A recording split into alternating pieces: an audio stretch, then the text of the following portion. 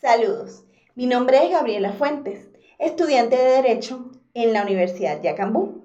A continuación, procederé a dar cumplimiento con la actividad número 2 en la materia de Derecho Civil. Como primer punto, hablaré de persona y personalidad jurídica.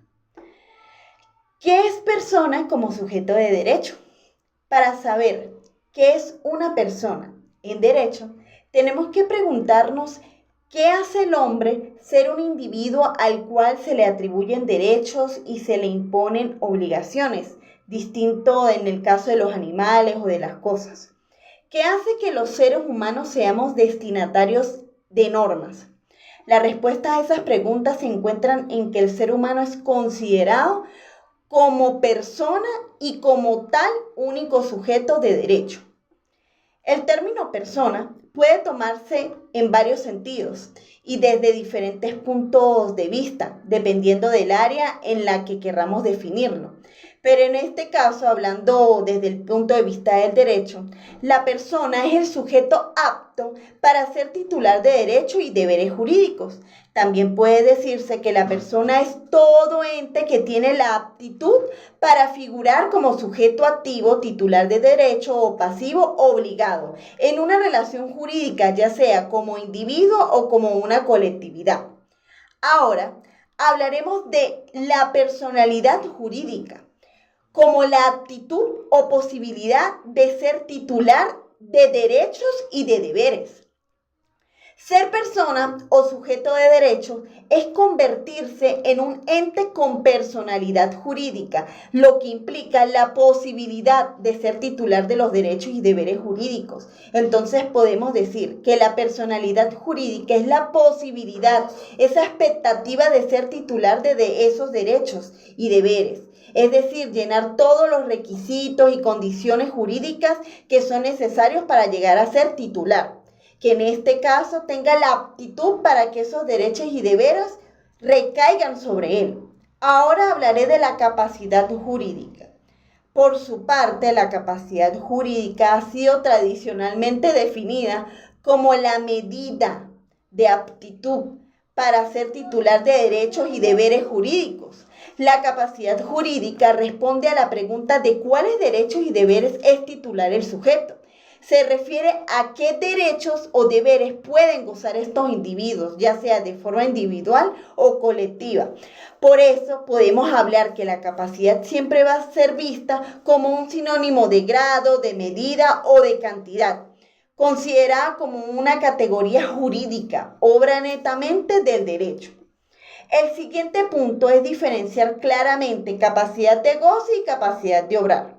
Ahora bien, según lo entendido, puedo explicar que la clasificación de la capacidad se encuentra centrada en capacidad de goce, que es definida como la medida de la aptitud para gozar, ser titular de derechos y deberes, que se adquieren con el nacimiento y se pierden con la muerte. Un ejemplo de esto puede ser un heredero.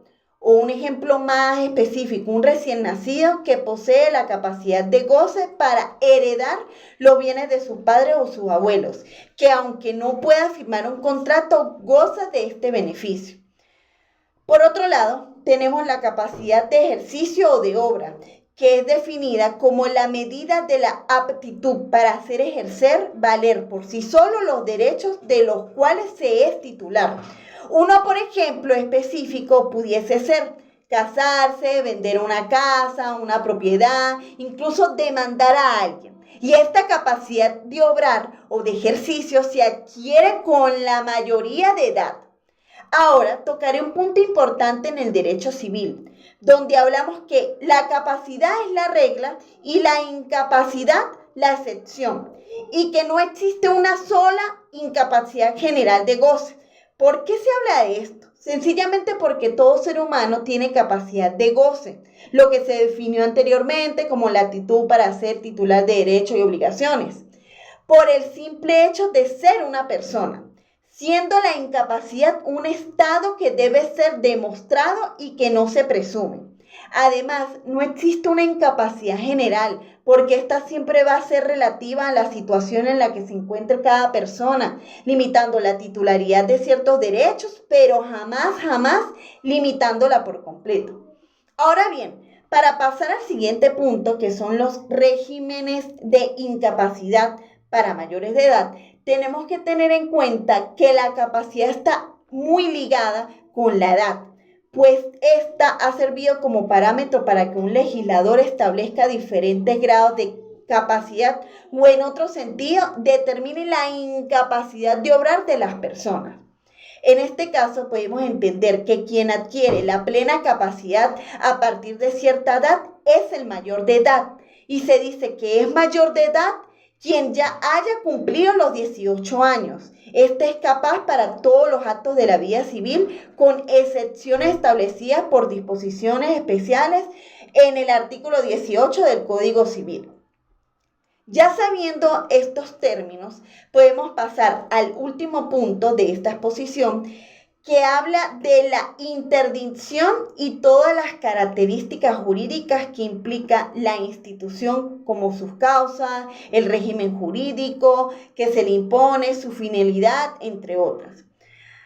La interdicción en derecho civil es una institución jurídica que declara incapaz a una persona mayor de edad para la realización de actos civiles, debido a un efecto intelectual grave o habitual que le impide promover sus propios intereses. Su régimen jurídico impone una incapacidad plena, general y uniforme, privando al interdicho de la administración y el manejo de sus bienes, aunque tenga intervalos de lucidez, eso no importa. La finalidad de la interdicción es la protección del incapaz y la persona sometida a esta situación queda bajo tutela, conforme al artículo 393 del Código Civil venezolano.